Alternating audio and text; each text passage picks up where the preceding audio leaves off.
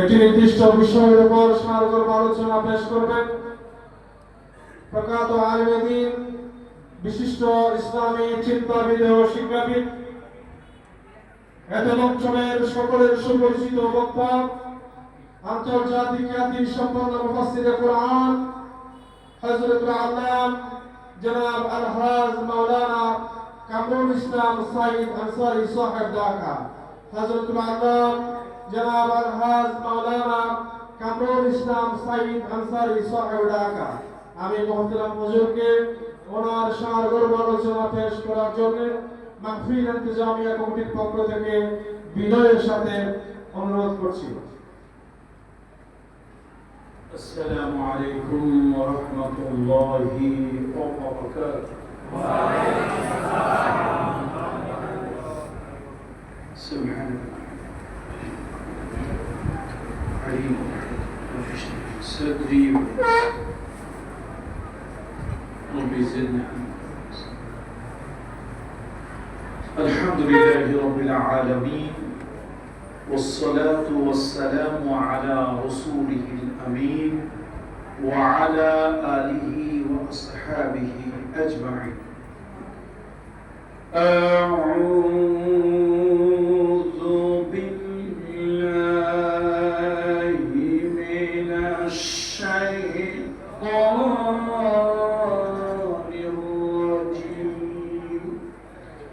بسم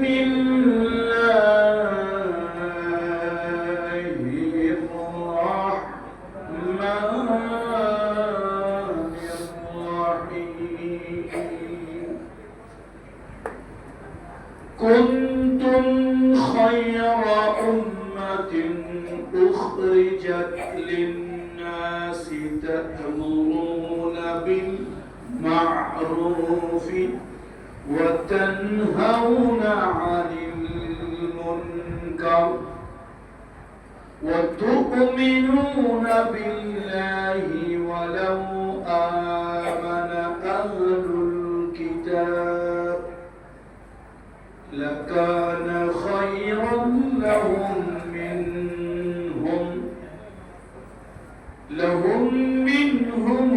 المؤمنون وأكثرهم الفاسقون.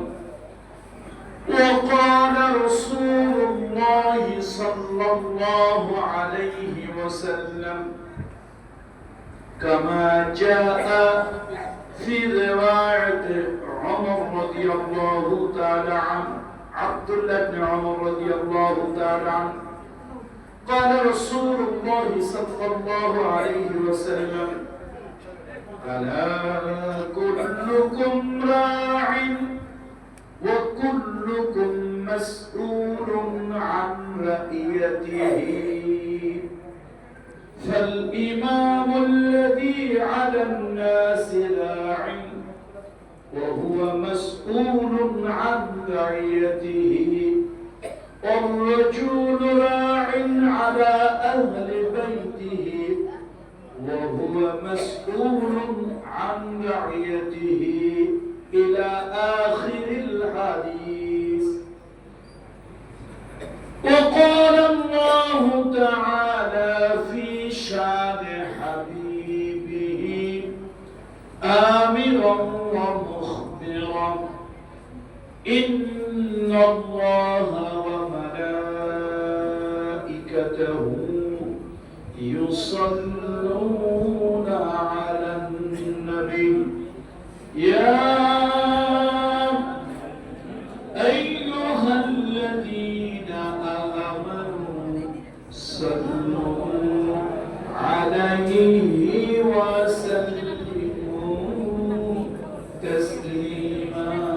اللهم صل على سيدنا مولانا محمد وعلى آل سيدنا مولانا محمد. ভালোবাসার কবি, মরমী কবি, আধ্যাত্মিক কবি, সুফি কবি আল্লামা শেখ সাদি রহমতুল্লাহ আলাইহি রাসূল আকরাম সাল্লাল্লাহু আলাইহি ওয়াসাল্লামের শানে যে কবিতা রচনা করেছিলেন, আমরা সেই কবিতাটা হাবিবে কিবরিয়ার ভালোবাসায় উদ্বুদ্ধ হয়ে আমরা সেই কবিতাটা পাঠ করছি। কাসিদা বালাগাত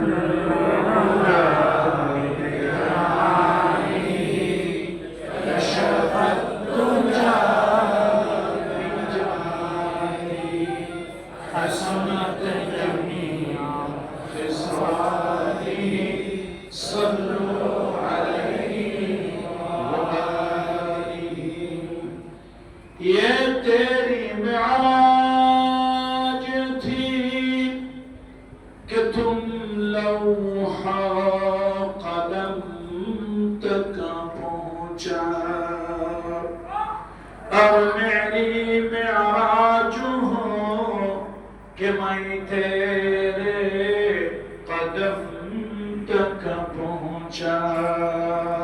बलगत औला बिकमाली फशरत तुझा बिजमाली, हसनत जमी खिसाली सल्लल्लाहु अलैहि वसल्लम। मुझसे कुछ मिले या न मिले, मोहम्मद मिले, यानी वो शई जिसे अल्लाह मिले।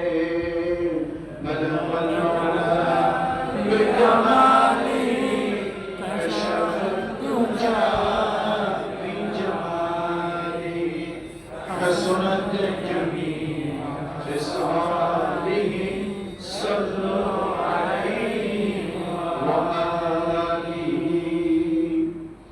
अल्हम्दुलिल्लाह।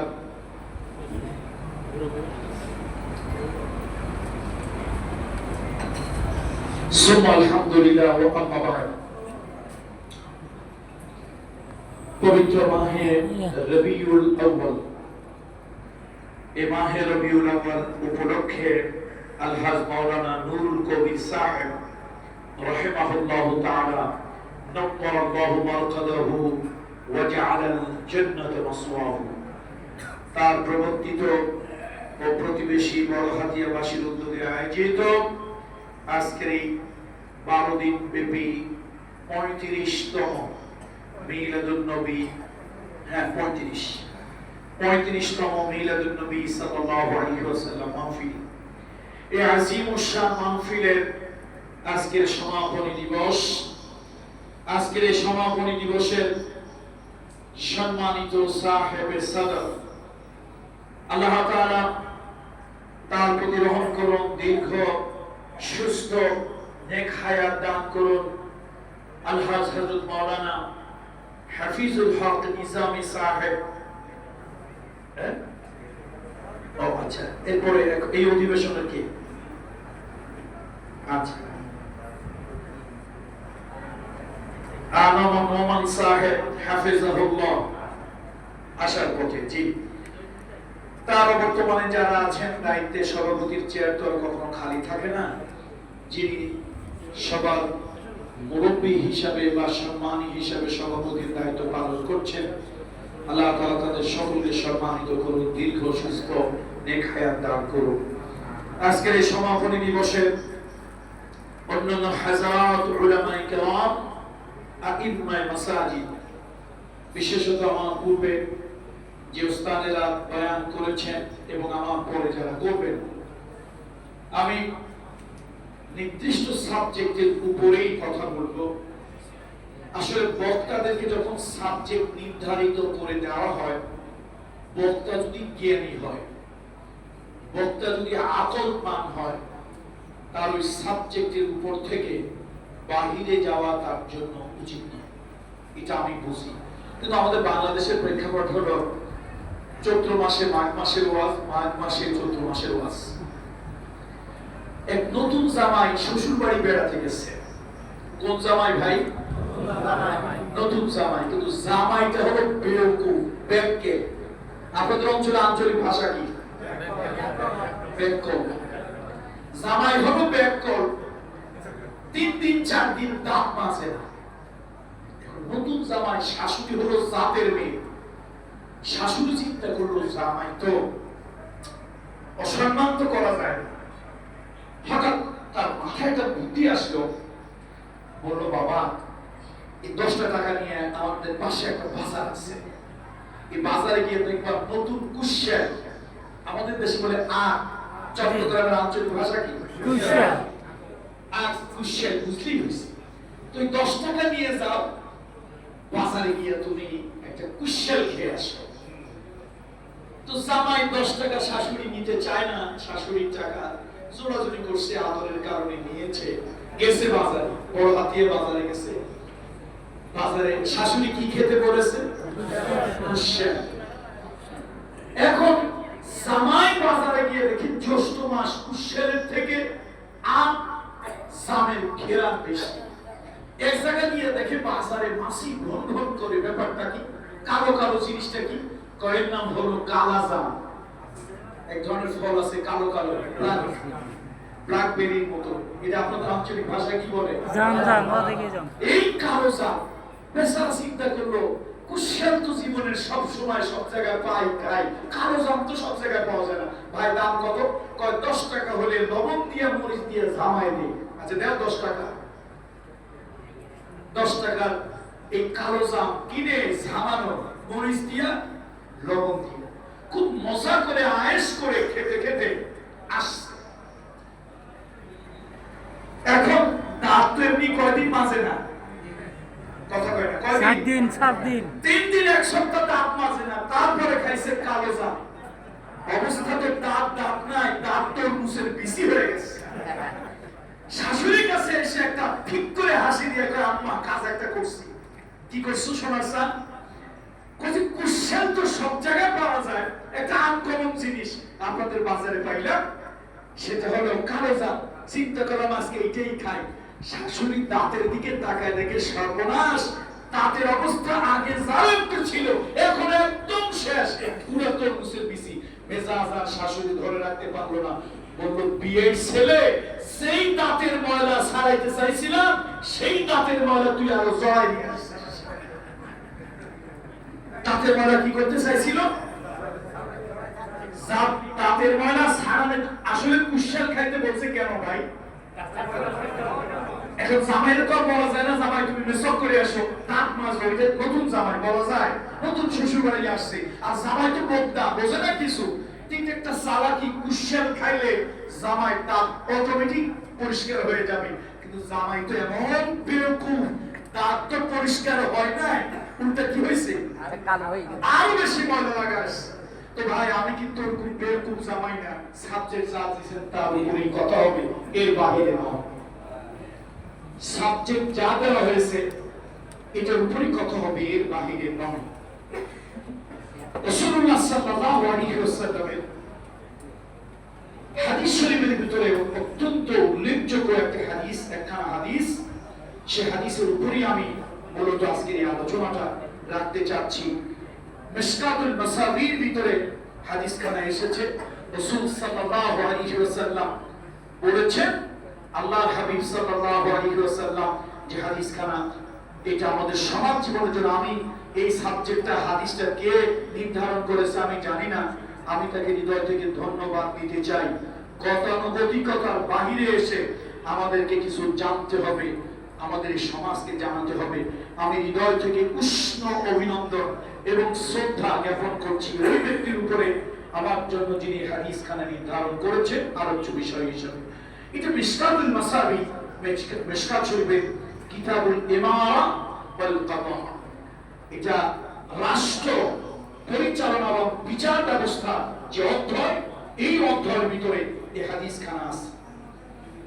আল্লাহ রাসূল সাল্লাল্লাহু আলাইহি ওয়াসাল্লাম বিশ্বনবী যা বলেছেন সেগুলির হাদিস হিসাবে সাহাবীরা রেকর্ড করে রেখেছেন। وعن عبد الله بن عمر رضي الله تعالى عنه قال قال رسول الله صلى الله عليه وسلم ألا كلكم راع وكلكم مسؤول عن رعيته। الله أكبر।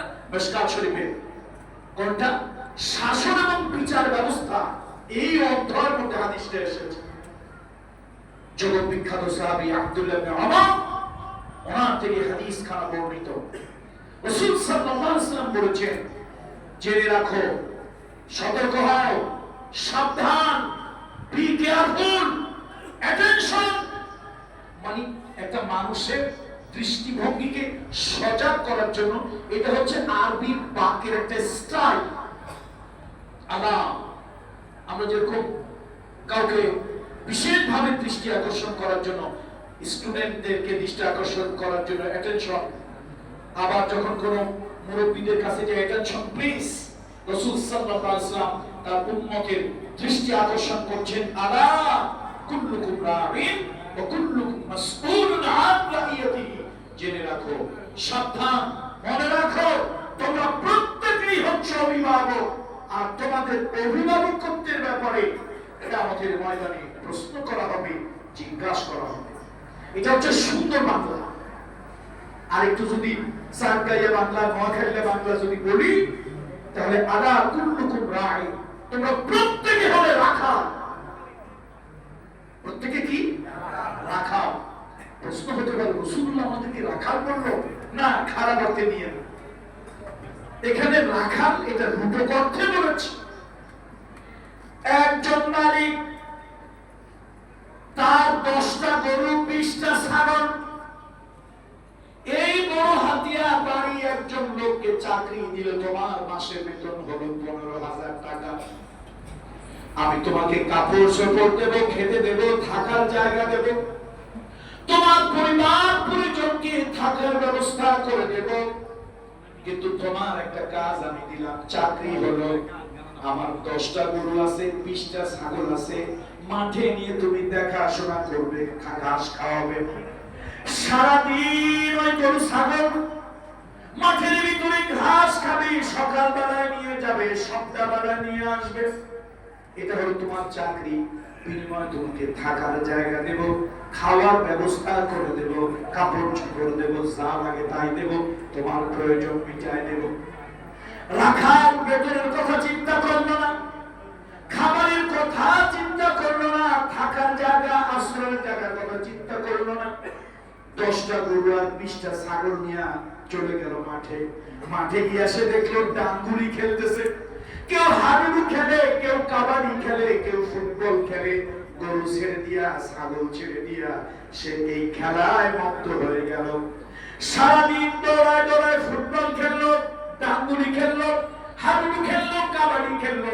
সারাদিন খেলে যখন সন্ধ্যা হয়ে গেল, এবার গরুর কথা মনে পড়লো, ছাগলের কথা মনে পড়লো। গরুগুলি খুঁজে দেখে 10 গরুর মধ্যে 5 গরু নাই, ছাগল তো নামও ছাগল।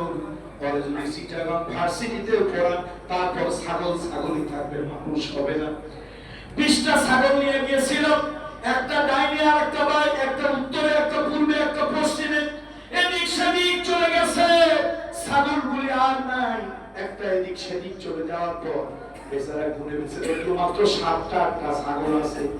এই যে 10টা গরুর 5টা, 20টা ছাগলের 8টা 10টা ছাগল নিয়ে সন্ধ্যাবেলায় যখন বাড়ি ফিরে এলো, মালিক বড় রাগ হলো, মালিক বড় অসন্তুষ্ট হলো, আর বললো, আমি তো তোমারে বেতন দিয়েছি, থাকার জায়গা, খাবারের ব্যবস্থা, আমি তোমার জীবন যাপনের সব দায়িত্ব নিয়েছি, আমি তোমাকে দায়িত্ব দিয়েছিলাম সকাল থেকে সন্ধ্যা পর্যন্ত মাটির ভিতরে ছাগল আর গরুগুলি চড়াবে, ঘাস খাওয়াইয়া, পেট ভরাইয়া আবার তোমার গোয়ালে ফিরাই নিয়ে আসবে। কিন্তু তুমি তোমার দায়িত্ব যথাযথ পালন করতে পারো না। আমি তোমার চাকরি রাখবো না। তোমার মতো রাখা যদি চাকরিতে রাখি, তাহলে আমার গরু ছাগল থাকবে না। তুমি আমার ছাগল 20টা পূরণ করে দাও, গরু 10টা পূরণ করে দাও, এরপর তোমার চাকরি থেকে বরখাস্ত করলাম, তুমি চলে যাও। একজন রাখালের দায়িত্ব হলো দেখশন করা, দেখভাল করা। ওই জঙ্গল থেকে কোন নেকড়ে বাঘ শিয়াল এসে যেন ছাগল নিয়ে না যায়, কোন চোর ডাকাত গরুগুলোকে যেন নিয়ে না যায়। এই যে রাখাল শুধু রাখালি করবে, আর কিছু নয়, দেখশোনা করবে। এটা একটা সুন্দর কথা। রাসূলুল্লাহ সাল্লাল্লাহু আলাইহি ওয়াসাল্লাম, সহিহ বুখারীর একটা হাদিস, সহিহ বুখারীর একটা হাদিস, আবু হুরায়রা রাদিয়াল্লাহু তাআলা থেকে হাদিস বর্ণিত। রাসূলুল্লাহ সাল্লাল্লাহু আলাইহি ওয়াসাল্লাম বলেন, قال رسول الله صلى الله عليه وسلم ما بعث الله نبيا الا راعي الغنم। আল্লাহ বলেন একজন নবীকে, আল্লাহ সহিহ বুখারীর হাদিস, একজন নবীকেও আল্লাহ তাআলা পৃথিবীতে পাঠান নাই যাকে আল্লাহ তাআলা ছাগলের রাখাল বানান নাই। সহিহ বুখারীর হাদিস প্রশ্ন করা হলো, সাহাবীদের ভিতর থেকে কেউ না প্রশ্ন করলো, ইয়া রাসূলুল্লাহ, সব নবী এমন কোন নবী নাই সেই নবীকে দিয়ে আল্লাহ তাআলা ছাগল চড়ায় নাই? ইয়া রাসূলুল্লাহ, তাহলে আপনিও কি ছাগল চড়িয়েছেন? সহিহ বুখারীর হাদিস, নবীজি বলেছেন, হ্যাঁ, শুধু ছাগল চড়াইছি তা নয়, সামান্য কিছু পারিশ্রমিকের বিনিময় আমি নবী মুহাম্মদ রাসূলুল্লাহ মক্কা জীবনে ছাগল চড়িয়েছি। এখন প্রশ্ন হলো, সব নবীকে আল্লাহ রাখাল কেন বানাইলো? তাও আবার ছাগল। হাতির রাখাল হইতো তাও একটা কথা ছিল, আসলে ছাগল এমন একটা চিজ, এটা নামেও ছাগল, কামেও ছাগল। ওরা যদি বলেন ডাইনে যাইতে সে যায় পায়, ওরা যদি বলেন বুঝছিস এইটা কিন্তু আমার খেত, ওইটা আমার শত্রু, খবরদার আমারটা যা ইচ্ছা তাই খাস, শত্রুতে যাইস না, নতুন করে একটা ঝামেলা পাকাস না। ও আপনারটা রেখে শত্রুর মাঝে খাইছে তো খাইছে, আগা ডোগা সব সুন্দর খাইয়া শেষ করে দিয়েছে, ঠিক না? আল্লাহ বলেন, আল্লাহু আকবার। এখন প্রশ্ন হলো, আল্লাহ তাআলা বিশেষ করে উলুল আযম পয়গম্বর যারা আছেন, প্রত্যেক পয়গম্বর ছাগল চড়িয়েছে। আল্লাহ, আমি গিয়েছিলাম জর্ডানের সফরে, আমার মনের মধ্যে বড় ইচ্ছে হলো যে হযরত শুআয়ব আলাইহিস সালামের কবরটা একটু দেখি। শুনলাম পাশে, গেলাম, খুব আবেগ নিয়ে কবরটা জিয়ারত করলাম। শুআয়ব আলাইহিস সালামের কবর, আবেগটা আসলো কেন? আরে এই নবী ছাগল পালছে, আর সেই ছাগল দিয়া মুসা নবী আবার জামাই বানাইছে, দেখছেন? এখন প্রশ্ন হলো, রাখাল কেন? আজকে কিন্তু আমার হাদিসের আলোচ্য বিষয় আলা কুল্লুকুম রাঈ, এই রাঈ নিয়ে রাখাল হিসেবে আপনারা হয়তো এটা খারাপ ভাবে নিবেন। আমাদের মতো সম্মানী মানুষ, আর আনসারী সাহেব ফরিদপুর মাদারীপুরে কোন পীরজাদা পিসাবের ছেলে, সে আমাদেরকে বানায় গেল রাখাল। এই জন্যই তো হুজুরদেরকে বলি কমন সেন্স নাই, হুজুরদের মুখ কি নাই, আকল বুদ্ধি কম। আমরা উকিল, মুক্তার, ব্যারিস্টার, আমরা মাস্টার, ডাক্তার, আমাদেরকে বানাইলো রাখাল। আরে আপনি তো সলিমতি, 2 পয়সা সলিমতি, আপনি 2 পয়সা সলিমতি। উলুল আযম প্রত্যেক পয়গম্বর ছাগল চড়িয়েছেন, কারণ কি? এটা একটা সাইকোলজিক্যাল ট্রেনিং, সাইকোলজিক্যাল ট্রেনিং, মনস্তাত্ত্বিক পরীক্ষা। মানুষের চরিত্র ছাগলের থেকেও কয়েক ধাপ খারাপ। এই মানুষগুলোকে লিড দেওয়া, লিডিং ক্যাপাসিটি আনা, ধৈর্য, সহ্য, বিনয়ের শক্তি বাড়ানোর জন্য আল্লাহ তাআলা পয়গম্বরকে দিয়ে ছাগল চড়িয়ে ধৈর্যশীল বানিয়েছেন। নাহলে পয়গম্বর যেই তেরা, এই তেরা মুসা আলাইহিস সালাম বলতো, আল্লাহ আমারে রোগ দাও, বালাই দাও, ফেরাও তুমি চোখে দেখো না, আল্লাহ তোমার নবুয়তি তোমার কাছে থাক, আমি গেলাম। আল্লাহকে মুসা রাগ করিস না। বন্ধুরা আমার, এই জন্য আমি যদি একটু ভদ্র ভাষায় বলছি, তাহলে বলছিলাম প্রত্যেকে তোমরা অভিভাবক, এ কথা বলছিলাম না? আলা কুল্লুকুম রাঈন ওয়া কুল্লুকুম মাসউলুন আন রাইয়াতিহি, প্রত্যেকেই তোমরা গার্ডিয়ান, অভিভাবক, তোমার অভিভাবকত্বের ব্যাপারে প্রশ্ন করা হবে। আর যদি আমি একেবারে আরবিকে আরবির মতো করে এত শুদ্ধ করে, এত স্টাইল করে না বলে খাঁটি বাংলায় বলি, তাহলে প্রত্যেকে তোমরা রাখাল, তোমাদের রাখালিয়াতের ব্যাপারে প্রশ্ন করা হবে। এবার কে কে রাখাল, কোন রাখাল, কোন ক্ষেত্রে প্রশ্ন হবে, হাদিসের মধ্যে সেটাও রাসূলুল্লাহ সাল্লাল্লাহু আলাইহি ওয়াসাল্লাম বলে দিলেন।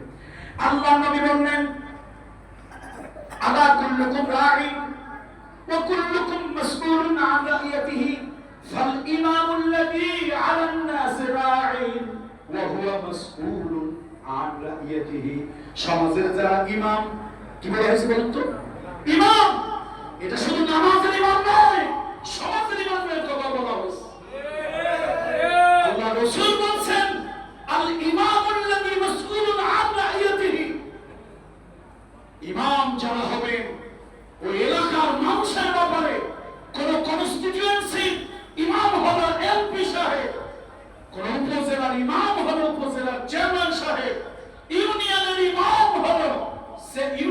চেয়ারম্যান সাহেব, একটা দেশের ইমাম হলো প্রধানমন্ত্রী অথবা প্রেসিডেন্ট, প্রত্যেকের ব্যাপারে এটা আমার কোনো বক্তব্য নয়। হাদিস এত সহজ ভাষার হাদিস বোধহয় খুব কমই আছে। আল্লাহু আকবার, একদম পানির মতো সহজ।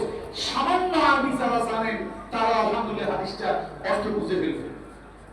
সামান্য আরবির উপরে যাদের ধারণা আছে, রাসূল সাল্লাল্লাহু আলাইহি ওয়াসাল্লাম বললেন, কি বলছেন দেখেন, যে ইমাম যে হবে, আল ইমামুল্লাযী আলান নাস রা'আ, সমাজের মানুষের উপরে নেতা, এই নেতা ইমাম, সে হবে জিজ্ঞাসিত তোমার এলাকার লোকেরা নামাজ পড়েছে কিনা, তোমার এলাকায় সুদ ঘুষ চলেছে কিনা, তোমার এলাকায় অন্যায় অবিচার হয়েছে কিনা, তোমার এলাকায় জুলুম হয়েছে কিনা, তোমার এলাকায় রাতের বেলায় মানুষগুলি শান্তিতে ঘুমাতে পেরেছে কিনা, আজকে জবাব দাও।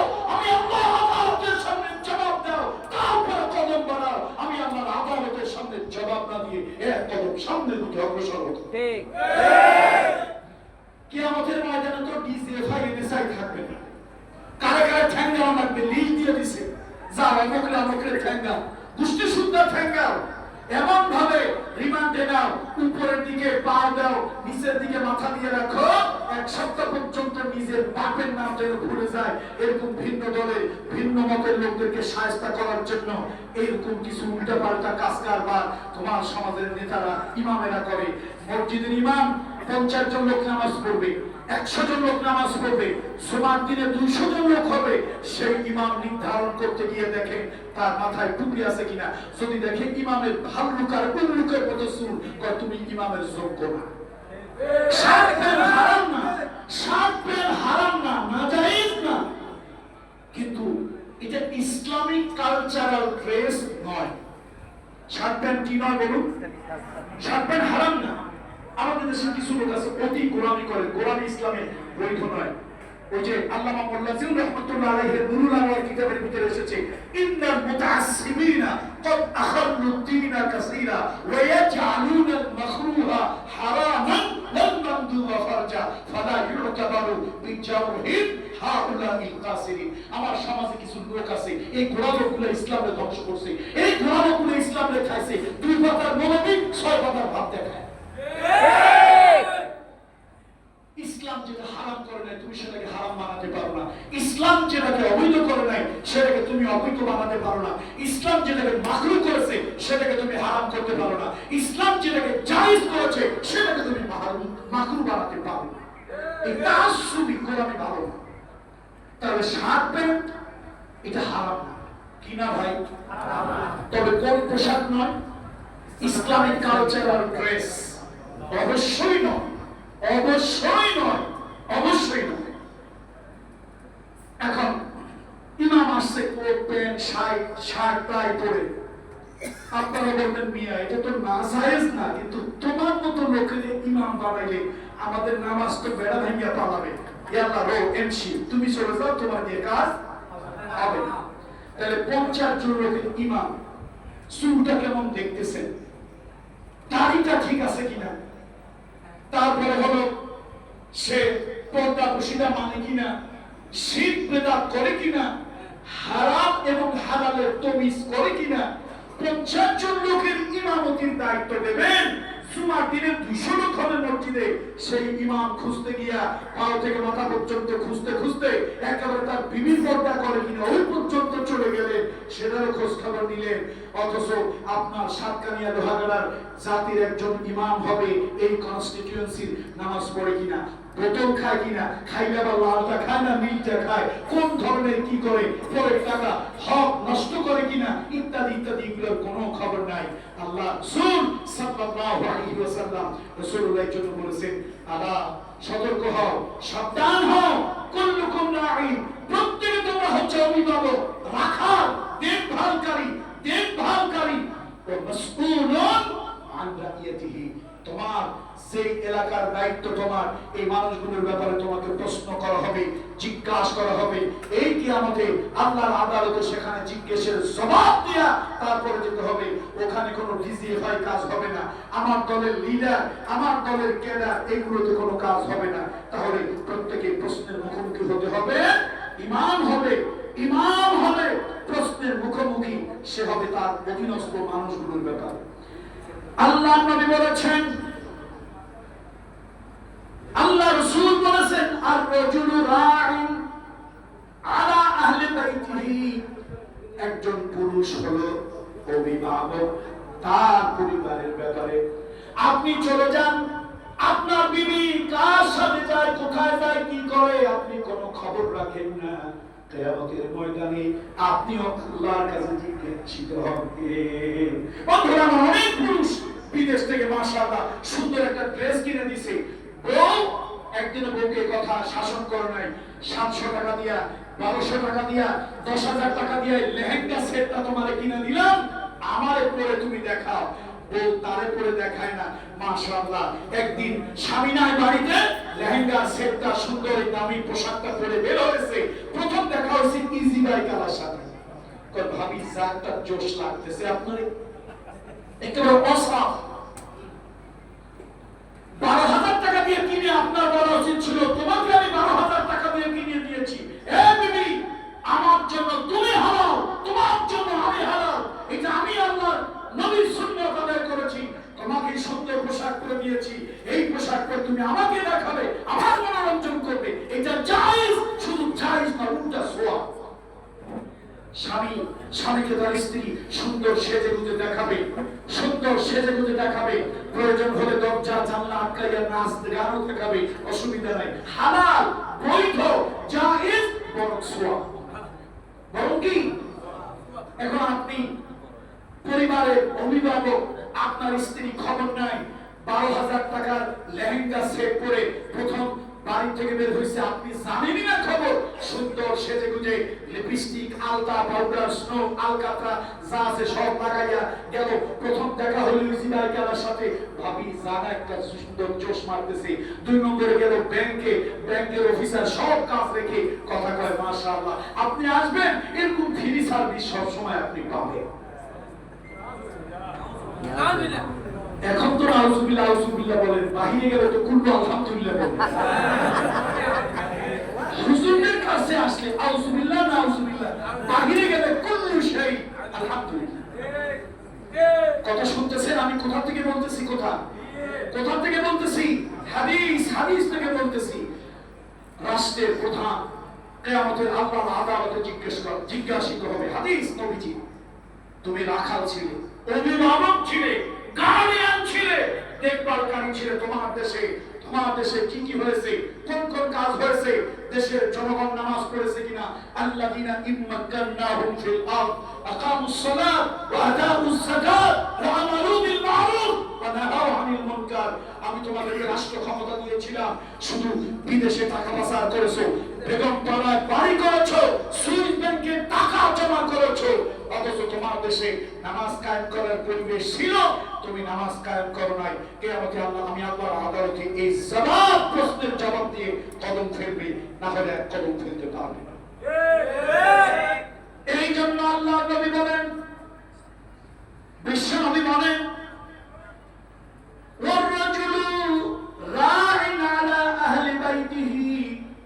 পরিবারের যিনি পুরুষ আছেন তিনি আল্লাহর কাছে প্রশ্নের মুখোমুখি হবেন তার পরিবার পরিজন সম্পর্কে, আহলে বাইত সম্পর্কে।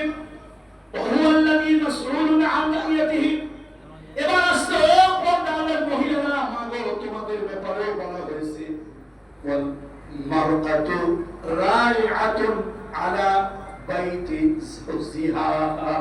বিশ্ববিবার নারীকেও ছেড়ে দেয় নাই। ও মহিলা, তুমিও কিন্তু প্রশ্নের মুখোমুখি হবে, প্রশ্নের সম্মুখীন হবে তোমার স্বামীর সংসারের ব্যাপারে। স্বামী বড় কষ্ট করেন। ও লোহাগাড়া সাতকানিয়ার লোকেরা, তোমরা জানো না তোমাদের স্বামীরা কত কষ্ট করেন তোমাদের মুখের হাসি ফোটানোর জন্য। আল্লাহ কামরুল ইসলাম সাইদকে পৃথিবীর বিভিন্ন দেশে নেয়, আমি যাই গিয়ে দেখি এই সাতকানিয়া লোহাগাড়ার মানুষ পৃথিবীর বিভিন্ন জায়গায় আছে, কষ্ট করে, পরিশ্রম করে, আল্লাহ তাআলা তাদেরকে ভালো অবস্থানে রেখেছে। বলেন আলহামদুলিল্লাহ। তোমার স্বামী তোমার জন্য গায়ে খেটে কষ্ট করে টাকা পাঠায়, স্বামী তার নিজের অ্যাকাউন্টেও টাকা দেয় না, তোমার জন্য তোমার অ্যাকাউন্টে টাকা পাঠালো, ওই টাকা দিয়ে তুমি পরকিয়া করো, রাত জেগে জেগে অন্যের সঙ্গে কথা বলো, অন্যের সঙ্গে ভাব জমাও। স্বামী তোমার জন্য টাকা পাঠাইলো, সেই টাকা নিয়ে ভেঙে গেল আরেক পর পুরুষের সঙ্গে, আল্লাহ তাআলা এই দুনিয়ায় পার পেলেও তুমি আখিরাতে কিয়ামতে আদালতে পার পাবে না। এই জন্য মা এবং বোনদেরকে বলি, মা গো, আমি শুধু পুরুষ মানুষ, শুধু কিয়ামতের ময়দানে আল্লাহর আদালতে আমাকে শুধু জিজ্ঞাসা করা হবে না, ও মা তুমি সংসারের মা, তুমি সংসারের স্ত্রী, তুমি সংসারের বোন, তুমি সংসারের যেই হও না কেন নারী, তোমাকেও কিন্তু কিয়ামতের ময়দানে আল্লাহর আদালতে জিজ্ঞাসা করা হবে। তোমার স্বামীর সংসারে কি কি খেয়ানত তুমি করেছো, এই খেয়ানতের ব্যাপারে আল্লাহর আদালতে জিজ্ঞাসা করা হবে। এই জন্য মহিলাও কিন্তু মাপ পাবে না। আল্লাহ রাসূল সাল্লাল্লাহু আলাইহি ওয়াসাল্লাম, এই জন্য রাসূলুল্লাহ সাল্লাল্লাহু আলাইহি ওয়াসাল্লাম বলেছেন, আল মারআতু রাইআতুন আলা বাইতি যাওজিহা, স্বামীর সংসারের ব্যাপারে তিনি প্রশ্ন হবেন। ও মা, টাকা যদি তুমি এদিক সেদিক করো, স্বামীর সংসারের টাকা স্বামীর অনুমতি ছাড়া বাবার বাড়ি দেওয়া যাবে না, ভাইকে দেওয়া যাবে না, এমনকি স্বামীর বিনা ইজাজতে দান সাদকা পর্যন্ত করা যাবে না। স্বামী যদি তোমাকে মোহর দেয়, দেন মোহর দিয়েছে 2 লক্ষ টাকা, ওই দেন মোহর তুমি ব্যবসায় লাগাও, এটা তোমার জন্য হালাল। 2 কোটি টাকা হয়েছে তোমার জন্য, এই 2 কোটি টাকা তুমি যা ইচ্ছা তা করো, কিন্তু স্বামীর 10টা টাকাও সকল উলামায়ে কেরাম ফকি যারা আছেন, ইসলামী শরীয়তের বিভিন্ন মানহাজের ফকি যারা আছেন, তারা বলছেন স্বামী যদি নারাজ হয়, মত হয়, তাহলে স্বামীর অজান্তে স্ত্রী দান সাদকা পর্যন্ত করতে পারবে না। স্বামীর যদি নিষেধ থাকে, স্বামীর হুকুমের বাইরে বাবার বাড়ি যেতে পারবে না, বাবার বাড়ি টাকা পাঠাতে পারবে না, পর পুরুষের সাথে পরকীয়া করতে পারবে না, অন্য পুরুষের সাথে সম্পর্ক রাখতে পারবে না। কেন? কিয়ামতের ময়দানে, আমি বলি নাই, রহমতের নবী মুহাম্মদ রাসূলুল্লাহ বলতেছে, কিয়ামতের ময়দানে এই মহিলা তার স্বামীর বাড়ি, স্বামীর ঘর, এই ব্যাপারেও তাকে আল্লাহর আদালতে প্রশ্নের মুখোমুখি হতে হবে। এবার আসেন মা বাপ। মা বাপের ব্যাপারে আল্লাহ তাআলা বলেছেন, মা বাপ তার সন্তানের ব্যাপারে প্রশ্নের মুখোমুখি হবে। ও মা বাপ, সন্তান জন্ম দেয়, সন্তান তো কুকুরেও জন্ম দেয়, বিড়ালেও জন্ম দেয়। বিড়ালে সন্তান জন্ম দিয়ে কয়দিন লালন পালন করে তারপর ছেড়ে দেয়। আমার কথা রাগ করবেন না, আমি আপনাদের হাতে পায়ে ধরে অন্যায় বিনয় করে বলে রাগ করবেন না। একটা কুকুর 4টা 5টা বাচ্চা জন্ম দেয়। কুকুর বাচ্চা জন্ম দেওয়ার পরও কিছুদিন খোঁজ খবর রাখে। আমরা মানুষ, আমরা কুকুর বিড়াল নই, ফেরেশতার থেকে সম্মানী জাতি, আমরা হইলাম মানুষ। এই মানুষগুলি সন্তান জন্ম দিয়া কোথায় ছেড়ে দেয় কোনো খবর নাই। খবর যদি তুমি না রাখতে পারো, এই সন্তান কেন তুমি জন্ম দিলে, কিয়ামতের ময়দানে জবাবদিহি করতে হবে। সন্তান আড্ডায় চলে গেছে, তাসের আড্ডায়, সুরার আড্ডায়, মদের আড্ডায়, বাবা ইয়াবার আড্ডায় চলে গিয়েছে। সন্তান জন্ম আপনাকে কে দিতে বলেছে? অধিকাংশ সন্তানগুলো নষ্ট হয়, বাবা মা সময় দিতে পারে না। আরে বাবা মা সন্তানের সব থেকে বড় বন্ধু। ছেলেকে ডেকে বলতে হবে, তোমার বন্ধু দরকার, আসো আমার সাথে ফ্রেন্ডশিপ করো, আমি তোমার বন্ধু। মেয়েকে বলতে হবে, তোমার বন্ধু দরকার, আমি তোমার বন্ধু, আসো। ছেলেমেয়ের সাথে বন্ধুত্ব করে। আজকে ইসলামের রীতিনীতি নাই। সন্তান হয়েছে, ছেড়ে দিয়েছে, আর সন্তান হওয়ার আগেই তো বউ যে গর্ভবতী হয়েছে, উনি দেখার আগে 10 জন দেখে ফেলছে। আমাদের দাদি নানি তাদের বাচ্চা কাচ্চা কি হয় নাই? তো না হইলে আমরা কেমনে আসলাম পৃথিবীতে? বাপ কেমনে হইলো, চাচা মামা কেমনে হইলো, দাদা নানা তাদের বাচ্চা কাচ্চা হয়েছে, আমাদের দাদি নানিদেরও হয়েছে। এখন তো মাশাআল্লাহ স্বামী জানার আগে ওই কোন হসপিটাল, আরে কথা বলেন, হসপিটালের নাম বলেন না, বিভিন্ন হসপিটাল নাম ধরে বলা দরকার নাই, তাহলে হসপিটালের লোকজন বলবে হুজুর তো আমাদের বিরুদ্ধে বলবে। স্বামী জানে না স্ত্রী গর্ভবতী, তার আগে হাসপাতাল আলাদা জেনে ফেলছে, আল্ট্রাসাউন্ড করো, সিজার করো, কি কি হাম তাম দ্যাটস দিস হাজার বদল করে ফেলছে। মা মা তোমার গর্ভে বাচ্চা, তোমার মনে রাখতে হবে আব্দুল কাদের জিলানী সাথে জন্মগ্রহণ করে নাই, বাপ মা ভালো হওয়া দরকার। আব্দুল কাদের জিলানীর আব্বার নাম হলো আবু সালেহ জঙ্গি মুসা, অথবা আবু সালেহ মুসা জঙ্গি দোস্ত, যেভাবেই হোক ইলান নামক প্রদেশ, সেখানে তিনি জন্মগ্রহণ করেছিল। বাপ কেমন মা কেমন, একটা মাঠের ভিতর দিয়ে, মাঠ না কি বলেন, যে ক্ষেত খামার কি বলেন আপনারা, মাঠ, ফিল্ড, এর মধ্যে দিয়ে হাঁটতেছিলেন। ছোট্ট একটা ক্যানাল অর্থাৎ পানি ড্রেন, এখান দিয়ে ফল ভেসে আসতেছে, স্রেফ ফল। দেখলো ফল, কোথা থেকে আসলো? ফলগুলো হাতে নিল, নাড়াচাড়া করতেছে, কি সুন্দর লোভনীয়, নাড়াচাড়া করতে করতে ফল খেয়ে ফেলছে। এটা বলে স্লিপ অফ মাইন্ড, মনের অজান্তে। খাওয়ার পরে মনে হয়েছে আরে আমি তো হাতে ফল নিয়ে নাড়াচাড়া করছি না, ফলগুলো তো খেয়ে ফেলছি। কোথা থেকে ফল আসলো, কার ফল, কোথায় যাচ্ছিল, আমি যে কিছুই খোঁজ খবর নিলাম না, পাইলাম আর খাইলাম। হঠাৎ তার মনের মধ্যে অনুশোচনা বোধ, তার মনের মধ্যে জন্মগ্রহণ করলো। চিন্তা করলো, আল্লাহ, এই ফল যদি কোনো ব্যক্তির হয়, তা আমি যদি না ছাড়ে, কি আমাদের মধ্যে তো আসামি কাজ করে দাঁড়ান লাগবে। ভালো করে শোনেন কথা, বাপ মারা ভালো করে শোনেন। তারপরে চিন্তা করো, যেদিক থেকে পানি আসতেছে স্রেফ ফল ওদিক থেকে আসছে। হাঁটতেছে হাঁটতেছে, কিছু দূর যাওয়ার পর দেখলো কিছু বাগানের গাছের ডালা পানির উপরে, খালের উপরে, যেখান দিয়ে পানি বয়ে যাচ্ছে ড্রেনের মতো, ওটার উপরে আছে।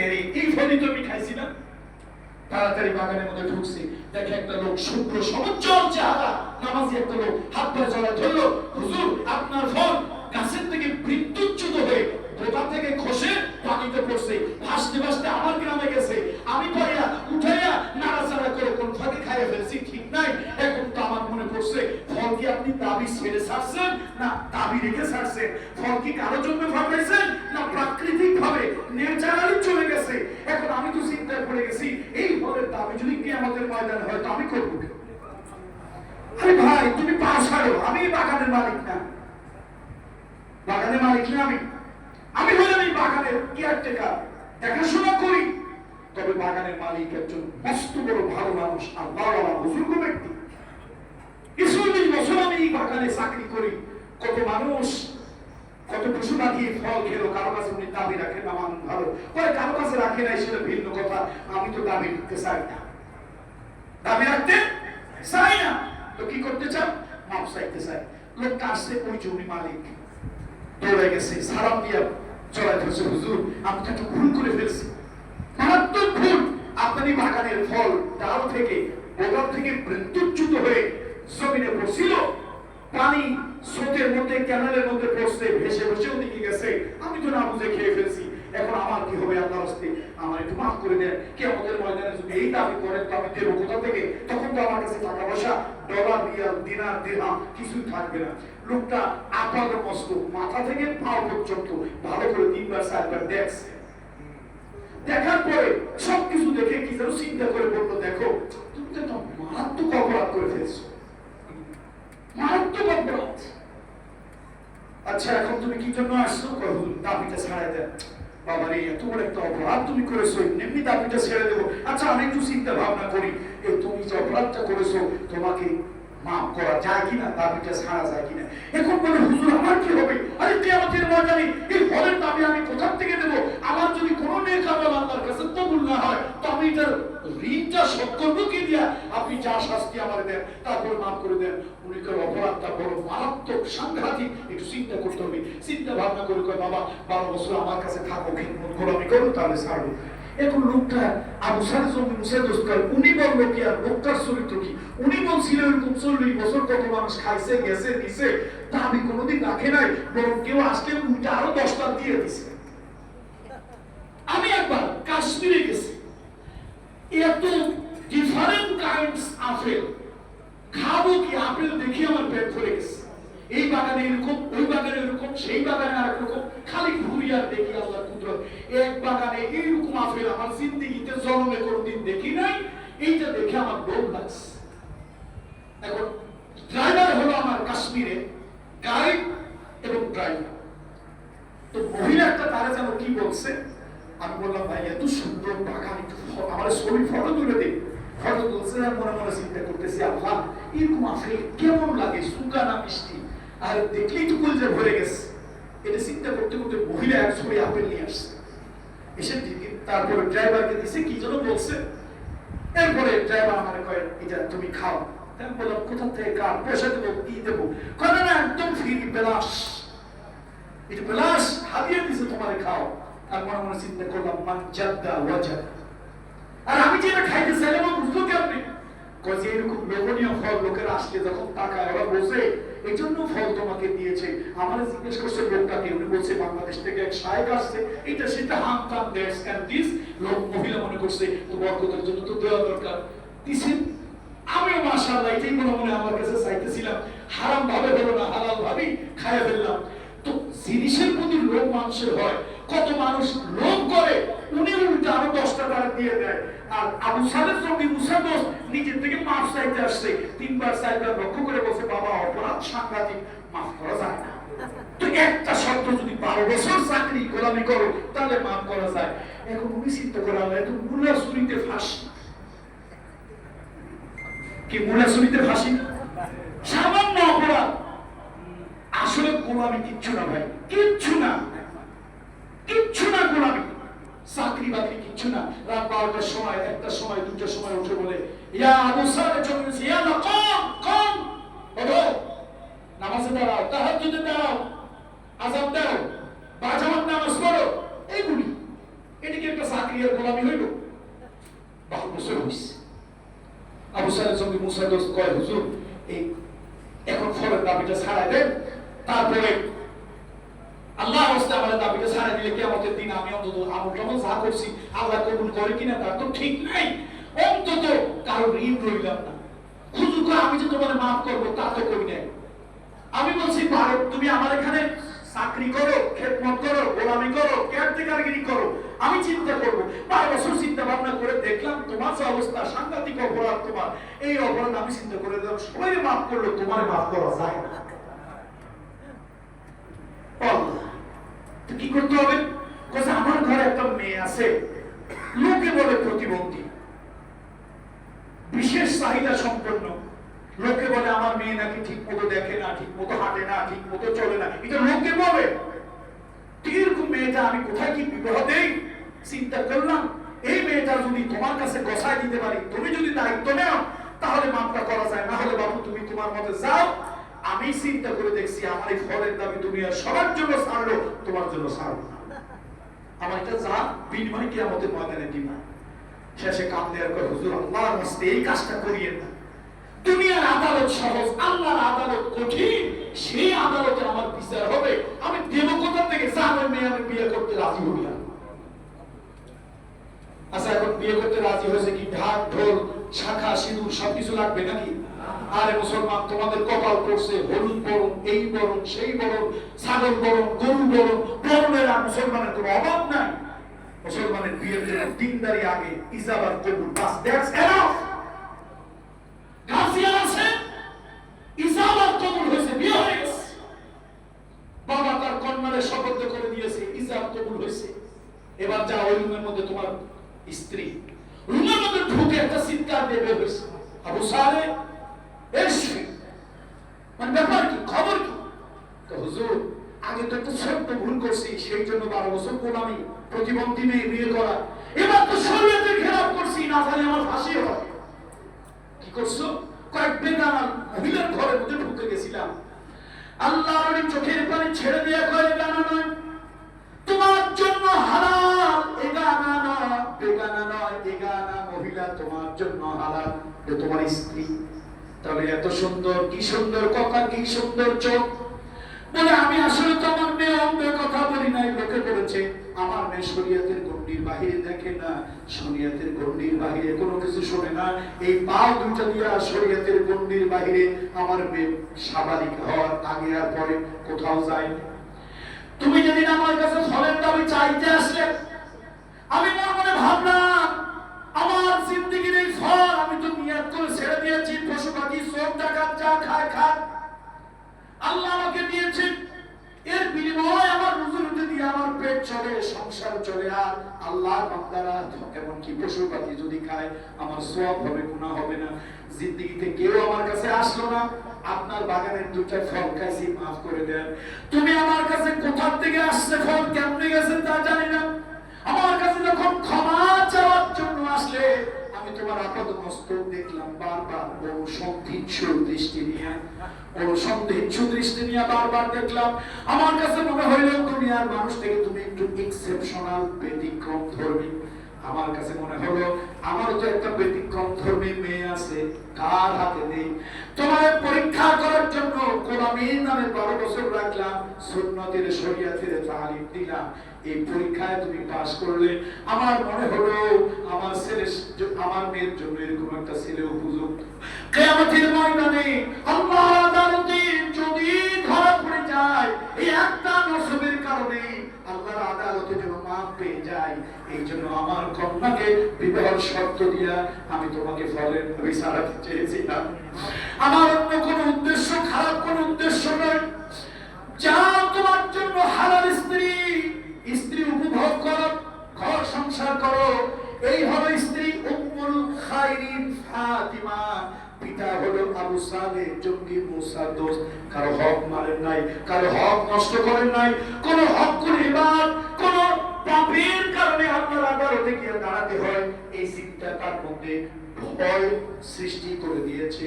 এমন হলো বাপ মা। এমন যদি হয় বাপ মা, ওই বাবা মার ঘরে কেমন সন্তান হওয়া উচিত। আল্লাহ তাআলা এক এমন সন্তান নিয়ামত দিলেন উম্মতের জন্য, মুহিউদ্দিন আব্দুল কাদের জিলানী। আল্লাহু আকবার। এজন্য বাবা মা তোমরা প্রশ্নের মুখোমুখি হবে। সন্তান শুধু জন্ম দিও না, বিড়ালে জন্ম দেয়, কুকুরে জন্ম দেয়, গরু ছাগলে জন্ম দেয়। সন্তান শুধু জন্ম দেওয়াই কাজ না। আজকে সন্তান গর্ভে আসছে, মায়ের পেটের কাপড় নাই। ছোটবেলা পড়ছিলাম আলিফ খালি পায়ের উপরে এক নোক্তা, তার উপরে 2 নোক্তা, লাম খালি, মিম খালি, নুনের উপরে এক নোক্তা। এখন মহিলাদের পেট খালি, বুক খালি, মাথা খালি, মাথার উপরে কপালের উপরে এক নোক্তা। এই নারী দিয়ে আপনি বাইজিৎ গোস্বামী আশা কেমনে করেন আপনি আশা? মাগো, কথা আমার নয়, কথা বিশ্বনবী রাসূল আকরাম সাল্লাল্লাহু আলাইহি ওয়াসাল্লাম বলেছেন, এই নারী তার স্বামীর ঘরের ব্যাপারে প্রশ্ন মুখোমুখি হবে এবং বাবা মা প্রশ্নের মুখোমুখি হবে তার সন্তান সম্পর্কে। নবীজির সুন্নাত বিবাহ হবে হালাল পদ্ধতিতে, ইজাব কবুলের মাধ্যমে। নারীকে মোহর দিতে হবে। আজকে উল্টা মোহর ছেলেদের দিতে হয়, পালসার মোটরসাইকেল ছাড়া বিয়ে হয় না। দেখাইছে 17,93,993 টাকা লেখা আছে, 5 টাকাও দেয় নাই দেন মোহর। উল্টা আরো বিদেশ যাওয়ার ভিসা আর চলার জন্য মোটরসাইকেল দাবি করেছে। এটা হালাল না হারাম? তারপরে মেয়ের বাড়িতে 200-500 বরযাত্রী খাওয়ানো, এটা কোন কিতাবে পাইলেন? কোন জায়গায় পাইছেন? রাসূলের সুন্নাত, ইসলামের বিধান হলো ছেলের বাড়িতে অনুষ্ঠান হবে, মেয়ের গার্জিয়ান সহ দাওয়াত দেবে, আমাদের বাড়িতে ওলিমা হবে, বৌভাত হবে, সেখানে আপনারা আসবেন। আর আপনি মেয়ের বাপের ঘাড়ের উপরে, গলার উপরে পাড়া দিয়ে বললেন 400 বরযাত্রী না হলে আমার প্রেস্টিজ ফুটবলের মতো পাঞ্চার হয়ে যাবে। এ বাবা মা, কি দায়িত্ব সন্তান? বাবা মা প্রথম দায়িত্ব হলো গর্ভে থাকতে, এই সন্তান গর্ভে থাকতে কোরআন তেলাওয়াত করবে, কোরআন তেলাওয়াত করবে। আব্দুল কাদের জিলানী রাহমাতুল্লাহ আলাইহি পেটের মধ্যে সন্তান নিয়ে মা আধার পর কোরআনের হাফেজা ছিলেন, কোরআন পড়েছে, তেলাওয়াত করেছে। গর্ভবতী নারী কখনো কখনো সহ্য করতে পারেনি, এক পায়ের উপর ভর করে 9 পারা কোরআন পড়েছে, আর এক পায়ের উপর ভর করে 9 পারা কোরআন পড়েছে। এখন কোরআন পড়া তো দূরের কথা, নামাজই পড়েন। আপনার স্ত্রী কি জবাব দেবেন আপনি? রাসূলুল্লাহর সুন্নাত, নবীজির সুন্নাত, ছেলে হোক মেয়ে হোক, ডান কানে আযান দাও, বাম কানে কামাত দাও, একজন বুজুর্গ ব্যক্তির কোলে দাও। বুজুর্গ পাবেন কই? দাদা, চাচা, গ্রামের বাড়ির একজন মুরব্বী, না পেলে মসজিদের ইমাম, মুয়াজ্জিন, তার কোলে বাচ্চাটা দাও। ওই বাচ্চাকে কোলে নিয়ে তিনি একটু মধু অথবা একটু খেজুর চিবায়া দেখ। একজন বুজুর্গ আল্লাহ উঠালে তো ভালো। আর ডান কানে আযান দেখ, বাম কানে কামাত দেখ। আযান গেছে কোথায়, একামত গেছে কোথায়, কোনো খবর নাই। বাচ্চা সিজারের দরকার নাই।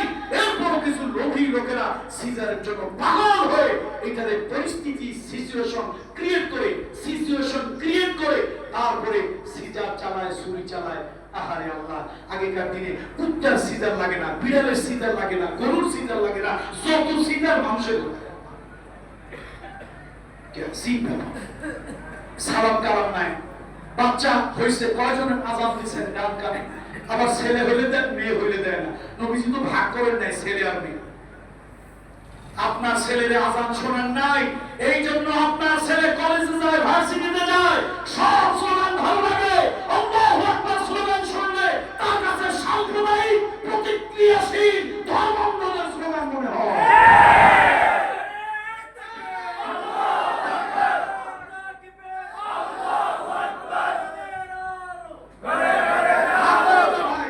আমি পীরের ছেলে, খানকার ছেলে হিসাবে বলি, পীরের আওলাদ হিসাবে বলি, রাগ করিয়েন না। আপনার ছেলে আল্লাহু আকবারের নাম শুনলে গায়ের মধ্যে যে জ্বলে পড়ে, কারণ আছে। ছেলে তো জন্ম আল্লাহু আকবারে হয় নাই। নাহলে মুসলমানের বাচ্চা রাজনৈতিক দলের লোকেরা বলে আল্লাহু আকবার স্লোগান দেওয়া যাবে না। একজন হিন্দু উলুধ্বনি দেয়, রাম রাম করে, হাতের মধ্যে শাখা পরে, কপালে সিঁদুর পরে। কই আমরা তো বলি না রাম রাম বলা যাবে না, হরে কৃষ্ণ বলা যাবে না, হরিবল বলা যাবে না, তারপরে উলুধ্বনি দেওয়া যাবে না, মাথায় সিঁদুর নেওয়া যাবে না, কপালে সিঁদুর নেওয়া যাবে না। আমরা তো এটা বলি না, শাখা পরা যাবে না। এটা তার ধর্মীয় কালচার। বলেন এটা কি? তার ধর্মের স্বাধীনতা তার কাছে। লাকুম দীনুকুম, তার ধর্ম তার কাছে, আমারটা। এখন ওর উলুধ্বনি চলে, শাখা চলে, সিঁদুর চলে। মুসলমানের বাচ্চা নারায়ে তাকবীর স্লোগান দিয়েছে, নেতাদেরকে বলে এই ছোটবানি করে চলবে না, চুপ করো। আর তোর মতো নেতাকে স্ত্রী তো 3 তালাক দেয়, তোর মতো নেতারে 13 তালাকের বাইন দেওয়া দরকার। তোর 13 তালাক দিলাম, 13 তালাক দিলাম। সেই দলে থেকে আল্লাহু আকবার বলা যাবে না, এরকম দল আমি চাই না। তালাক দিলাম, রাজি আছেন আপনারা? কয় তালাক? কয় তালাক? 13 তালাকের বাইন। তার কারণ আমার অস্তিত্ব শুরু হয়েছে আমার জন্মের পরে। ডান কানে আজান ছিল আল্লাহু আকবার, বাম কানে ইকামত ছিল আল্লাহু আকবার। আমার মসজিদ থেকে আজান হয়েছে, মুয়াজ্জিন আজান দিয়েছে আল্লাহু আকবার, ইমাম সাহেব তাকবীরে তাহরিমা বলেছেন আল্লাহু আকবার। আল্লাহু আকবার আমার অস্তিত্বের সাথে মিশে আছে। আল্লাহ আল্লাহু আকবার আমার রক্তের সাথে মিশে আছে। আল্লাহু আকবার আমার ঈমান এবং আকীদার সাথে মিশে আছে। জোরে বলেন ঠিক কিনা? আল্লাহু আকবার আমার কিসের সাথে মিশে আছে? আপনারা বলেন আল্লাহু আকবার কোন দলীয় স্লোগান? ওই যে পুলিশের এক অফিসার ছিল, কি প্রদীপ কুমার সরকার নাকি, না না ওই যে মতিঝিলে ছিল, মতিঝিলে বিপ্লব কুমার সরকার। এই জানোয়ারটা একদিন বলছে, শোনেন আমরা শুধু খানকার পীর না, শুধু চোখ বন্ধ করে হালুয়া রুটি খাই না। এই বিপ্লব কুমার যখন নারায়ে তাকবীর স্লোগানকে জামাত ইসলামের স্লোগান বলেছে এবং সেইটা নিয়ে তুচ্ছ-তাচ্ছিল্য করেছে, জীবনের ভয় উপেক্ষা করে প্রতিবাদ করেছিলাম সোশ্যাল মিডিয়ায়। বিপ্লব কুমার, তোর ধর্মের কাজ তুই জানিস, খবরদার আরেকজনের ধর্মে হাত লাগাবি না। নারায়ে তাকবীর কোন দলীয় স্লোগান নয়, এটা আমার ঈমানের স্লোগান, এটা আমার অস্তিত্বের স্লোগান, এটা আমার আরশের স্লোগান।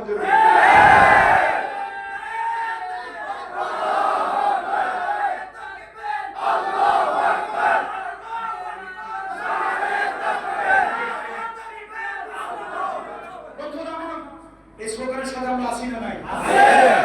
দল আপনার আমার আলাদা হতে পারে, আপনি জামাত ইসলাম, আমি হেফাজত ইসলাম, দল আমার ভিন্ন, কিন্তু স্লোগান আমার এক। স্লোগান আমার কয়? আপনি বাইতুল শরীফের মুরিদ, আমি কারাঙ্গিয়ার মুরিদ। স্লোগান আমার কয়? আল্লাহু আকবার। কোন আপত্তি আছে? আছে? আপনি হেফাজত, আমি জামাত, আপনি আলী, আমি কওমি। স্লোগান আমার এক, আল্লাহু আকবার। কোন দ্বিমত আছে? তাহলে আল্লাহু আকবার যারা ভালোবাসে না, আমরা তাদেরকে ভালোবাসবো না। তাদের দলে আল্লাহু আকবার স্লোগান দিলে তাদের গা পা জ্বলে, ওদের সাথে আমার ঈমান আকীদার কোনো সম্পর্ক থাকতে পারে না। বন্ধুরা আমার, এটা কোনো দলীয় স্লোগান নয়। আপনাদের মনে নাই মুতার প্রান্তরে বুখারী শরীফের কিতাবুল মাগাজি খুলে দেখেন না, মুতার যুদ্ধে চতুর্থ সেনাপতি হয়েছিল খালিদ বিন ওয়ালিদ। হযরত সাইদ বিন হারেসা, আমি সেই জমিনে গিয়েছি, সেই জীবন্ত শহীদদের কবরের পাশে দাঁড়িয়েছি। আব্দুল্লাহ বিন রওয়াহা সেই কবিতা মৃত্যুর সামনে রেখে যিনি অবলীলার কবিতা পড়ছিলেন, সেই কবিতাগুলি যখন পাঠ করছিলাম আমার শরীরের প্রত্যেকটা রং খুব দাঁড়িয়ে যাচ্ছিল। আমি যেন শুনতে পাচ্ছি এই জিন্দা সাহাবী কবরের ভিতর সেই কবিতা পাঠ করছে, তার মাথার কাছে শিউরের কাছে এখনো কবিতার রক টাঙ্গানো মৃত্যুর সামনে জেনেও আগে দুজন সেনাপতি শাহাদাত বরণ করেছে, এটা জেনেও নির্ভীক চিত্তে জীবনকে বিলিয়ে দেওয়ার জন্য সামনের দিকে যাচ্ছেন আর কবিতা পড়তেছেন। সেই ময়দানে গিয়া চতুর্থ সেনাপতি হলেন খালিদ বিন ওলীদ রাদিয়াল্লাহু তাআলা। তিনি ৯ খানা তরবারি ভেঙেছিলেন, যুদ্ধের কৌশল পরিবর্তন করেন। এই নবীজির সাহাবীরা পিছু পা হটা যাবে না, পিছু হলো মুনাফিকি, পিছু হটা মুনাফিকি। যুদ্ধের ময়দান থেকে পালিয়ে যাওয়া আকবারুল কাবাইর, কবিরা গুনার ভিতরে বড় কবিরা গুনাহ হচ্ছে যুদ্ধের ময়দান থেকে, জিহাদের ময়দান থেকে পৃষ্ঠ প্রদর্শন করে পালিয়ে যাওয়া। যদি মারা যাই শহীদ হব, যদি বেঁচে থাকি গাজী হব। আমরা সামনের দিকে এগিয়ে যাও। তবে আজকে আমাদের যুদ্ধের কৌশল পাল্টালাম। আমরা আজকে একটা এজেন্ট বোম মারবো, মিসাইল মারবো, আজকে আমরা টর্নেডো, আমরা আজকে ময়দানে শুরু করে দেব। আমরা প্রত্যেকে উপরে উঠতে আল্লাহু আকবার, নিচে নামতে সুবহানাল্লাহ।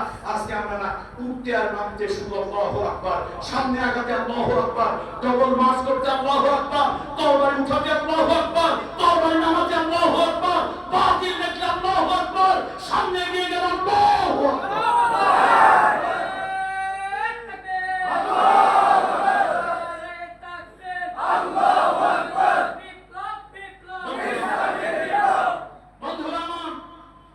বলতেছিলাম বাবা মার দায়িত্ব, বাবা মাও রাখাল, এই সন্তান তুমিও কিন্তু রাখাল, তুমিও প্রশ্নের মুখোমুখি হবে। তোমার বাবা মাকে তুমি খিদমত করেছো কিনা, সেবা করেছো কিনা। ফালা তাকুল লাহুমা উফিন, ফালা তাকুল লাহুমা উফিন ওয়ালা তানহারহুমা ওয়া কুল লাহুমা কাওলান কারীমা। আল্লাহ রাসূল সাল্লাল্লাহু আলাইহি ওয়াসাল্লাম বলেছেন, মান আরাদা ওয়ালিদাইহি ফাকাদ আরাদা আল্লাহ ওয়া মান আসখাতা ওয়ালিদাইহি ফাকাদ আসখাতা আল্লাহ। যে সন্তান মা বাবার সন্তুষ্টি অর্জন করলো, সে আল্লাহর সন্তুষ্টি অর্জন করলো। মরহুম শহীদ আল্লামা দেলওয়ার হোসেন সাইদি রাহমাতুল্লাহ আলাইহি, আল্লাহর ওই কথাটা হৃদয়ের মধ্যে বারবার বেজে ওঠে। তুমি হাজার পীরের মুরিদ হইলে, পীরকে বছরে লাউ কদু কুমড়া খাওয়াইলে, কিন্তু ঘরের মা আর বাপকে কবর দিলে না, তোমার এই খাওয়ানো আল্লাহর কাছে কোনো কাজে আসবে না। সুতরাং বন্ধুরা আমার, যে হাদিস খানা আপনাদের সামনে আজকে আমার আলোচ্য বিষয় যে হাদিস খানা দেওয়া হয়েছে, ওই হাদিসের উপরে আমি কথা বলছিলাম। সেটা হলো রাসূলুল্লাহ সাল্লাল্লাহু আলাইহি ওয়াসাল্লাম বলেছেন, কোরআন শরীফের সূরা আল ইমরানে এসেছে, কুনতুম খায়রা উম্মাতি উখরিজাত লিন-নাস তা'মুরুনা বিল মা'রুফি ওয়া তানহাউনা 'আনিল মুনকার। আল্লাহ তাআলা আমাদেরকে এমন একটা উম্মত বানিয়েছেন, সত্যের পক্ষে কথা বলবো, ন্যায়ের পক্ষে কথা বলবো। আমরা ভালো কাজে আদেশ দেব, অসৎ কাজে বাধা প্রদান করব। সেই উম্মতের জন্য রাসূলুল্লাহ সাল্লাল্লাহু আলাইহি ওয়াসাল্লাম হাদিস, আব্দুল্লাহ ইবনে উমর রাদিয়াল্লাহু তাআলা থেকে হাদিস খানা বর্ণিত। রাসূলুল্লাহ সাল্লাল্লাহু আলাইহি ওয়াসাল্লাম বলেছেন, আলা কুল্লুকুম রাঈন, শুনে রাখো, সাবধান, সতর্ক হও, তোমরা প্রত্যেকে হলো অভিভাবক। তোমার অভিভাবকত্বে যা আছে তার ব্যাপারে কিয়ামতে আল্লাহর আদালতে তুমি প্রশ্নের মুখোমুখি হবে। আর যদি একেবারে স্বাভাবিক অনুবাদ করি, স্বাভাবিক ট্রান্সলেশন যদি করি, নবী বলেছেন তোমরা হলে রাখাল, তোমার রাখালিয়াতের ব্যাপারে তোমাকে প্রশ্ন করা হবে। যেমন কি উদাহরণ দিয়েছিলাম, আমারে চাকরি দিয়েছে রাখাল হিসাবে, 15,000 টাকা বেতন, থাকা খাওয়া ফ্রি, কাপড় চোপড় ফ্রি। মালিক আমাকে 10টা গরু দিল, 5টা গরু দিল, 10টা গরু দিল, 20টা ছাগল দিল, আর বলল যাও এই পাহাড়ের পাদদেশে, এই পাহাড়ের বড় হাতিয়ার পাহাড়ের পাদদেশে ছাগল আর গরুগুলি চালাও, সারাদিন ঘাস খাওয়াইয়া সন্ধ্যাবেলায় ছাগল গরুগুলি আবার যথাযথভাবে ফিরাইয়া গোয়ালে আনবে। এটা হলো আমার চাকরি। আমি যদি হাডুডু খেলায়, আমি যদি কাবাডি খেলায়, ডাঙ্গুলি খেলায়, ফুটবল খেলায় রত হয়ে গিয়ে ওইটার মধ্যে পড়ে গিয়ে, ওই নিশায় পড়ে গিয়ে গরুর কথা ছাগলের কথা ভুলে গেলাম, আমি যে রাখালগিরি করার জন্য এই জায়গায় মাঠে আসছি সেটা আমি ভুলে গেলাম। আমার গরু ছাগল যদি হারিয়ে যায়, মালিক তো আমার বাসস্থান থেকে উচ্ছেদ করবে, কাপড় চোপড় বন্ধ করে দেবে, বেতন বন্ধ করে দেবে, এমনকি মালিক নারাজ হলে আমার চাকরিটা পর্যন্ত থাকবে না। ও দুনিয়ার রাখালেরা, আরশের মালিক আল্লাহ তোমার এই চাকরি দিয়েছে, জমিন হওয়ার পর এই জমিন আল্লাহর হুকুম চালু করতে হবে। তুমি কাল মাসের হুকুম নিয়ে ব্যস্ত, তুমি লেনিনের হুকুম নিয়ে ব্যস্ত, তুমি মাউসুমের হুকুম নিয়ে ব্যস্ত, তুমি দার্শনিকের দর্শন নিয়ে ব্যস্ত। যে মহান রব তোমার এই জমিন চালানোর জন্য আইন ও কানুন দিল, ওইটা তুমি ভুলে গেলে। এই জন্য আলা কুল্লুকুম রাঈন ওয়া কুল্লুকুম মাসউলুন আন রাইয়াতিহি, তোমার প্রত্যেকের ব্যাপারে জিজ্ঞাসা করা হবে।